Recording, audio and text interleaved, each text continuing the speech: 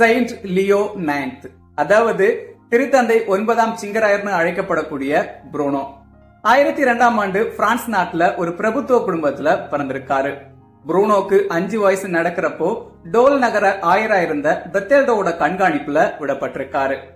ஒரு நாள் புரூனோ ஆயர் பெத்தேல்டோ கிட்ட இருந்து வீட்டுக்கு வர வழியில கொடிய விலங்குகள் இவரை தாக்கியிருக்கு.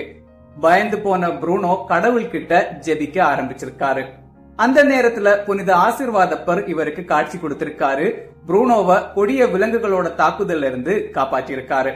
ஆசீர்வாதப்பர் தன்னுடைய கையில இருந்த சிலுவைய புரூனோவோட காயங்கள் மேல வைக்க காயங்கள் மறைஞ்சு போயிருக்கு.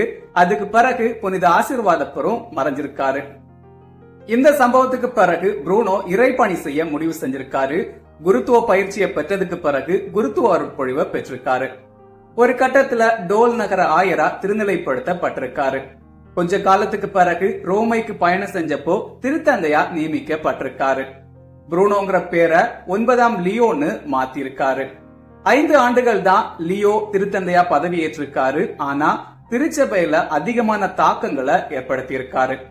திருச்சபையோட பொறுப்புகளை பணத்துக்காக ஏலம் விடக்கூடிய சிமினி அப்படிங்கிற பழக்கத்துக்கு முற்றுப்புள்ளி வச்சிருக்காரு. திவ்ய நற்கரணையில இயேசு இருக்கிறாரா அப்படின்னு கேலியோட கேட்கப்பட்ட கேள்விக்கு மதிநுட்பத்தோட பதில் அளிச்சிருக்காரு லியோ.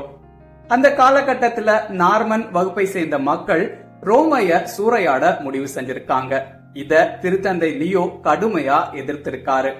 ஒரு கட்டத்துல நார்மன் வகுப்பை சேர்ந்த மக்கள் லியோவை திருத்தந்தைன்னு கூட பார்க்காம சிறையில் அடைத்து சித்திரவதைகள் செஞ்சிருக்காங்க. இதனால இவரோட உடல்நிலை கடுமையா பாதிக்கப்பட்டிருக்கு. இறுதியா லியோ 1054ஆம் ஆண்டு இறந்து போயிருக்காரு. April 19 saint Leo 9th feast டே.